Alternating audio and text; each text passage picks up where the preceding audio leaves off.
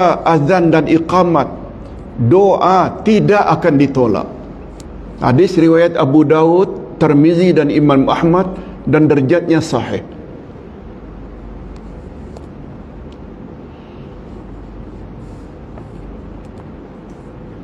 Itu sebabnya minta maaf kalau Ustaz tegur sedikit. Ada jemaah kadang-kadang setelah azan menunggu imam berbual saja. Sebaiknya isi dengan doa. Dan satu lagi hadirin dan hadirat ingin diingatkan, memang tidak ada rawatib. Setelah azan asar hingga salat asar, rawatib tak ada. Setelah azan maghrib hingga qamat, tidak ada rawatib. Setelah azan isya sampai qamat, tidak ada rawatib. Tapi jangan dikira tidak ada salat. Nabi Muhammad sallallahu alaihi wasallam bersabda, baina adzanaini salatun, di antara dua azan ada salat. Yang dimaksudkan di antara dua azan yaitu antara azan dengan qamat. Orang Arab gunakan istilah bainal adzanaini, di antara dua azan yaitu azan dan qamat ada salat. Cuma salat itu tidak namanya rawatib. Boleh tak kita salat? Boleh. Cuma namanya salat sunat mutlak. Boleh juga kita gunakan salat sunat di antara dua azan, juga boleh. 4 rakaat sebaiknya sebelum asar, in between azan dan qamat. 2 rakaat sebelum maghrib, antara azan dan qamat. Juga 2 rakaat antara azan dan qamat untuk isya. Dia bukan rawatib. Rawatib itu 2 sebelum subuh, 2 atau 4 sebelum zuhur, 2 sesudah zuhur, 2 sesudah maghrib, 2 atau 4 sesudah isya. Itu rawatib. Tapi di antara 2 azan, khasnya untuk asar, maghrib dan isya, namanya salat sunat mutlak. Bagus untuk kita amalkan sempena bulan Ramadan. Ini sempena bulan Ramadan. Kalau selama ini kita tidak buat, tolong buat. Sangat bermanfaat untuk kita. Okey. Nah, yang kelima, timing yang paling bagus untuk kita berdoa adalah hari Jumaat. Sebab Nabi Muhammad sallallahu alaihi wasallam bersabda,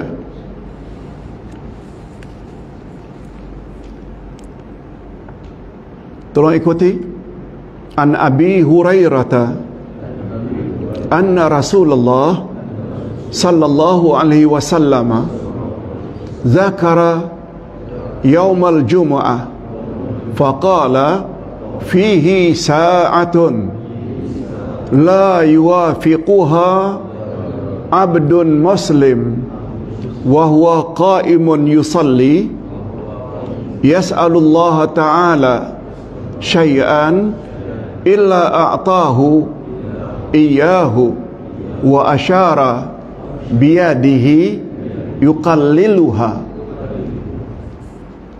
Dari Abu Hurairah radhiyallahu anhu katanya, Rasulullah sallallahu alaihi wasallam bersabda, pada hari Jumaat di dalamnya ada sesaat yang tidak seorang pun orang Islam yang berdoa ketika itu bertepatan dengan saat itu, ketika itu memohon sesuatu, kecuali Allah beri apa yang dia mohon. Cuma bahagian akhir itu kata Abu Hurairah, wa asyara biyadihi yuqalliluha. Rasulullah sallallahu alaihi wasallam gunakan jarinya menunjukkan sebentarnya timing itu. Sebentarnya yuqalliluha, sebentar sangat masa itu. Para ulama berbeza pendapat tentang timing tersebut, yang sebentar itu. Yang tak ada orang berdoa ketika itu kecuali Allah kabulkan. Ada yang mengatakan in between dua khutbah khatib, kan ada duduk sejenak setelah khutbah pertama sebelum menyambung. Dan yang paling banyak yang berpendapat timing itu ialah di antara asar dengan maghrib hari Jumaat, setiap Jumaat, in between asar to maghrib. Itu masa yang paling, menurut majoriti ulama, hari Jumaat yang paling makbul doa itu setelah asar. Wallahu a'lam. Hadirin dan hadirat rahimakumullah.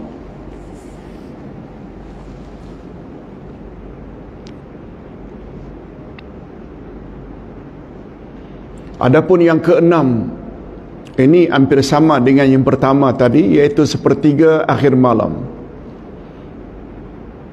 yang disebut dengan sahur. Bagus juga kita bacakan satu hadis sahih riwayat Imam Muslim, Imam Bukhari dan Imam Muslim. Tolong ikuti. Yanzilu Rabbuna tabaraka wa ta'ala kulla laylatin ila sama'id dunya hina yabqa sulusul lailil akhir yaqulu man yad'uni fa astajibalah wa man yas'aluni fa'u'tiyah man yastaghfiruni fa'aghfiralah. Tuhanmu turun ke langit dunia pada sepertiga malam yang terakhir di setiap malam. Kemudian Allah berfirman, siapa saja yang berdoa kepadaku akan kukabulkan, siapa saja yang meminta sesuatu kepadaku akan kuberi, siapa saja yang memohon ampunan dariku akan kuampunkan.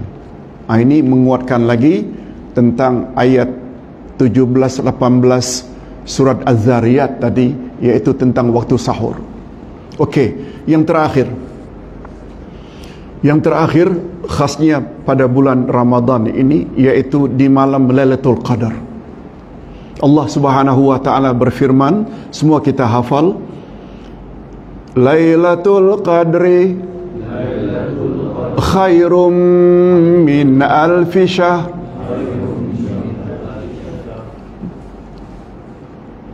Lailatul Qadar adalah lebih baik daripada 1000 bulan. Hadirin dan hadirat, untuk ingatan, Lailatu maknanya malam, Lail. Al-Qadar ada 3 makna. Pertama, Al-Qadar dengan makna kemuliaan. Bila dengan makna itu, maka Lailatul Qadar maknanya malam. Malam apa? Kemuliaan. Macam mana tak mulia? Sehingga kata para ulama, malam Lailatul Qadar itu dipanggil dengan, tolong ikuti, Sayyidatu Al-Layali Fis-Sana. Penghulu semua malam dalam 1 tahun adalah malam Lailatul Qadar. Kalau hari Jumaat dipanggil dengan Sayyidul Ayyam, penghulu semua hari dalam seminggu. Kalau hari Arafah, Sayyidul Ayyam Fis-Sana, penghulu semua hari dalam 1 tahun, itu hari Arafah. Ayatul Kursi dipanggil Sayyidatu Ayil Quran, penghulu semua ayat Al-Quran, penghulu. Nabi Muhammad Sayyidul Anbiya'i wal Mursalin, penghulu semua Nabi dan semua Rasul. Betul tak itu menunjukkan betapa mulianya baginda Rasul? Yes. Lailatul Qadar dipanggil dengan Sayyidatul Layali Fis-Sana, penghulu semua malam dalam 1 tahun. Karena makna Al-Qadar itu adalah kemuliaan. Bila kita beribadat di malam, bertepatan di malam Lailatul Qadar, bermakna kita telah beribadat melebihi dari 1000 bulan. Hadirin dan hadirat, 1000 bulan itu kalau mau dijadikan tahun, dibagi 12, jadi berapa tahun? 83 tahun 4 bulan. Allahu Akbar. Betul tak? Umur kita sendiri belum tentu sampai ke umur itu. Khairun, bukan sama dengan. Lailatul Qadri khairun. Khairun maknanya better, lebih baik. Mungkin Allah akan beri ganjaran macam kita beribadat 100 tahun, 120 tahun. Pokoknya better, khairun. Okey, itu satu. Makna Al-Qadar yang kedua, sempit. Sempit. Apa makna sempit, Pak Ustaz? Apakah malam itu singkat? Kan? Sempit di sini dengan makna permukaan bumi ini sempit dengan para malaikat.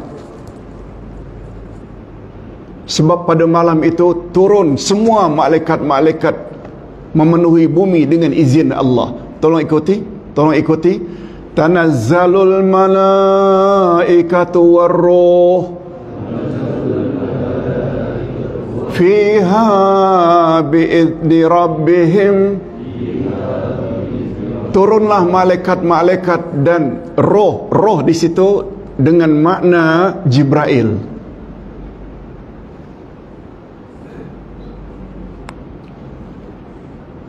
Turunlah di malam Lailatul Qadar malaikat-malaikat dan roh.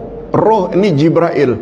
Nah, Jibril pula dipanggil dengan Sayyidul Malaikah, menunjukkan keistimewaan Jibril. Dia adalah penghulu semua malaikat. Turunlah pada malam Lailatul Qadar semua malaikat-malaikat dan malaikat Jibril dengan izin Tuhan mereka.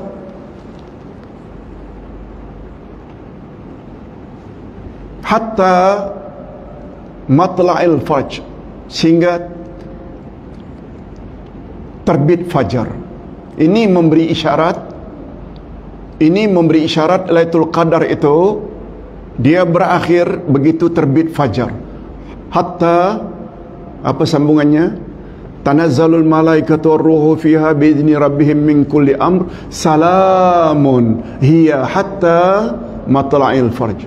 Selamat sejahteralah malam Lailatul Qadar itu hingga terbit fajar. Terbit fajar, berakhir Lailatul Qadar. Okey. Dah dua dah. Pertama tadi Al-Qadar dengan makna kemuliaan. Yang kedua dengan makna sempit. Apa kaitannya Ustaz dihubung kaitkan dengan Lailatul Qadar dengan malam yang sempit? Okey. Ini dia punya pemahaman. Sesuatu tempat yang apabila tempat itu banyak dihadiri oleh malaikat, mesti membawa makna kita layak mendapat ganjaran yang banyak. Itu sebabnya hadirin dan hadirat, tempat yang paling baik kata Allah dalam permukaan bumi ini adalah masjid. Di masjid ini paling banyak malaikat-malaikat. Lebih-lebih lagi dalam majlis ilmu. Allah Subhanahu wa taala melalui lisan Rasul bersabda, ada malaikat khas berterbangan di atas di permukaan bumi melihat di mana ada majlis ilmu. Begitu malaikat mengetahui ada bahagian bumi ada majlis ilmu, maka malaikat saling panggil memanggil malaikat yang lain untuk turun.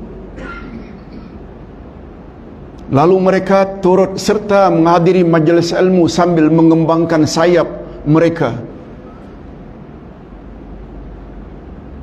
Berdasarkan hadis sahih tersebut, kita percaya tak bahawa kita saat ini sedang berada di bawah sayap malaikat? Yes. Kita tak nampak, tapi hadis itu hadis sahih. Dalam masjid pula, majlis ilmu pula, Itu sebabnya ganjarannya sangat besar. Bila kita salat berjamaah di masjid, betul tak? Tak sama dengan salat di rumah walaupun berjamaah. Kita buat majlis ilmu di masjid, tak sama bila kita buat di dewan-dewan, tak sama.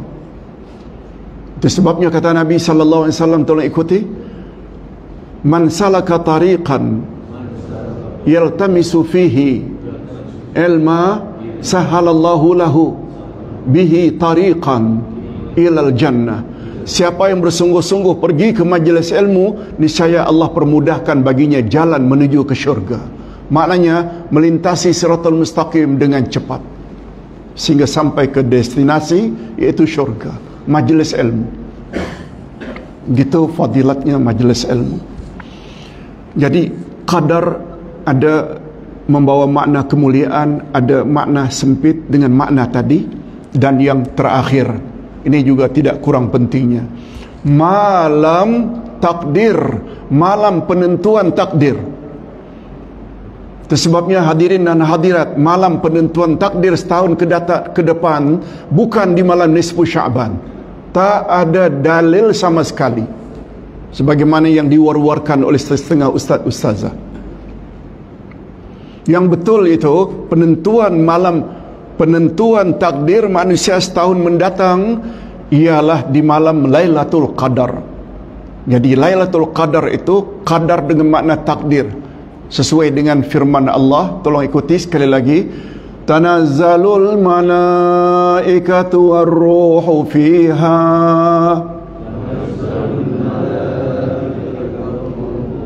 biizni rabbihim min kulli amr. Turunlah di malam Lailatul Qadar malaikat-malaikat dan Jibril dengan izin Tuhan mereka untuk menetapkan urusan manusia. Tafsiran menetapkan urusan manusia yaitu malaikat-malaikat dengar permohonan manusia di malam Lailatul Qadar, minta harmonikan rumah tangga anak yang dah mula retak, minta kesihatan, minta panjang umur, minta rezeki, minta bertambah ilmu, minta segala permintaan kita bertepatan malam Lailatul Qadar akan dicatat, dan itulah bentuk nasib kita setahun mendatang. Itulah sesuai dengan apa yang kita minta, panjang umur, murah rezeki, tambah ilmu, mati dalam husnul khatimah. Apa lagi Pak Samsul ni? Oh, minta isteri lagi ya ke? Allahu Akbar. Ustaz sengaja tak sebut tu, orang sebelah sana sensitif. Minta di malam itu. Apa yang kita minta itulah yang ditulis oleh malaikat, dan itulah gambaran perjalanan hidup kita setahun mendatang. Itu yang betul, bukan di malam nisfu Sya'ban. Bapak-bapak dan ibu-ibu, dah 1 jam kita bercakap, mudah-mudahan ada manfaatnya. Ustaz harap kita diberi oleh Allah kekuatan untuk, insya-Allah nanti ada 2 doa yang Ustaz buat akhir-akhir ini, Ustaz akan bagi kepada Maza nanti. Tolong dipotostat, mungkin boleh bagi-bagi nanti waktu salat tarawih, insya-Allah. Sekian dulu, mudah-mudahan ada manfaatnya. Kita akhiri dengan doa. Alhamdulillah Rabbil Alamin, wassalatu wassalamu ala ashrafil anbiya wal mursalin wa ala alihi wa sahbihi ajma'in. Rabbana ighfir lana dhunubana wa liwalidina warhamhum kama rabbawna shighara. Rabbana hab lana min azwajina wa dhurriyyatina qurrata a'yun waj'alna lil muttaqina imama. Ya Allah, ampunkanlah dosa kami dan dosa kedua ibu bapa kami, dan cucurilah mereka rahmat-Mu ya Allah, sebagaimana mereka telah didik kami sejak dari kecil. Ya Allah, berilah kami pasangan hidup dan zuriat keturunan yang menyedapkan pandangan mata dan hati kami, dan jadikanlah kami pemimpin bagi orang-orang yang bertakwa. Allahumma aslih lana dinana alladhi huwa ismatu amrina, wa aslih lana dunyana allati fiha ma'ashuna, wa aslih lana akhiratana allati ilaiha ma'aduna waj'alil hayata ziyadatan lana fi kulli khair waj'alil mauta rahatan lana min kulli syarr. Allahumma inna nas'aluka al-huda wa tuqa wal afafa wal ghina. Ya Allah, perbaikilah agama kami, sebab ialah yang akan mengatur segala urusan kami. Ya Allah, perbaikilah dunia kami, sebab padanya kami menjalani kehidupan. Ya Allah, perbaikilah akhirat kami, sebab kepadanya semua kami akan menuju. Ya Allah, jadikanlah sisa-sisa hidup kami sebagai tanda pertambahan amal-amal saleh kami, dan jadikanlah kematian kami kelak sebagai tanda berakhirnya dosa-dosa kami. Allahumma khtim lana bihusnil khatimah wa la takhtim alaina bisu'il khatimah. Ya Allah, akhirilah hidup kami dalam keadaan yang baik, akhir dalam iman dan amal saleh, dan janganlah engkau akhiri dalam keadaan yang tidak baik. Wa sallallahu ala nabiyyina Muhammad wa ala alihi wa sahbihi ajma'in. Subhana rabbika rabbil izzati amma yasifun wa salamun alal mursalin walhamdulillahi rabbil alamin.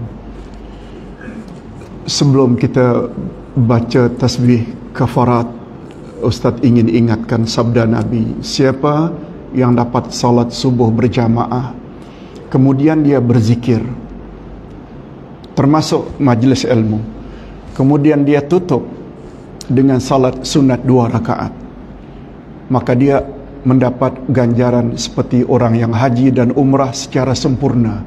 Haji dan umrah secara sempurna, haji dan umrah secara sempurna diulang oleh Nabi 3 kali. Hadis sahih. Itu sebabnya sebelum kita bersorai nanti, sarapan tak ada ya pagi ini. Bagi yang ada uduk, silakan salat sunat 2 rakaat. Salat sunat isyraq saja.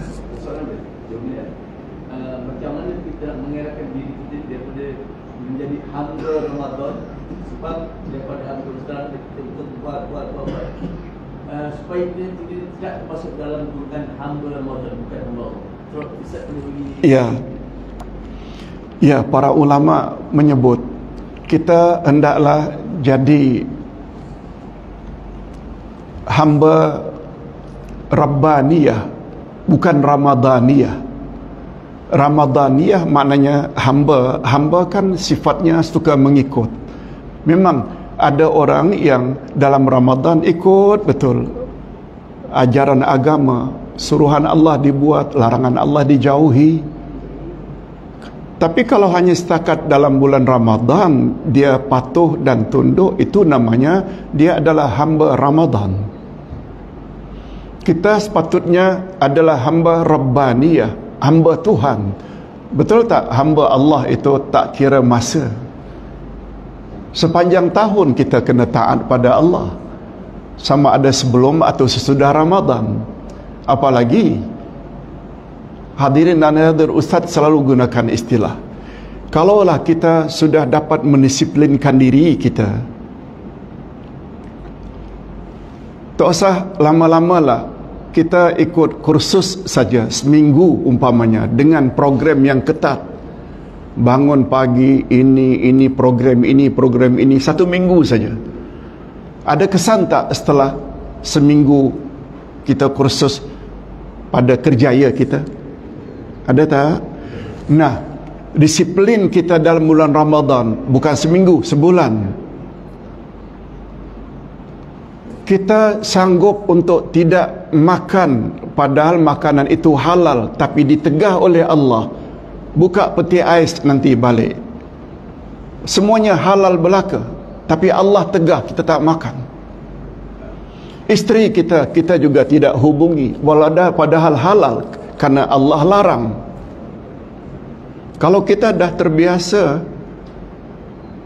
dilatih begitu kemas disiplin dalam bulan Ramadan, tak akan berakhir bulan Ramadan kita buat lagi perkara-perkara tak senonoh yang sebelum masuk Ramadan. Itu sebabnya mengapa berakhir Ramadan, 1 hari bulan Syawal itu namanya Idul Fitri. Idul Fitri maknanya kembali fitrah. Fitrah ini maknanya suci, bersih. Apalagi Syawal itu maknanya irtafa, upgrade. Dalam English, Syawal itu maknanya upgrade, peningkatan, irtafa. Mungkin tak peningkatan setelah Ramadan? dengan disiplin siang malam pada bulan Ramadan selama sebulan, betul tak sangat memungkinkan kita menjadi orang yang meningkat derajat kita begitu masuk bulan Syawal? Itu maknanya Syawal dalam English maknanya upgrade, meningkat, bukan menurun. Sekedar itu jawaban Ustaz. Subhanakallahumma wa bihamdik, asyhadu an la ilaha illa anta, astaghfiruka wa atubu ilaik. Assalamualaikum warahmatullahi wabarakatuh.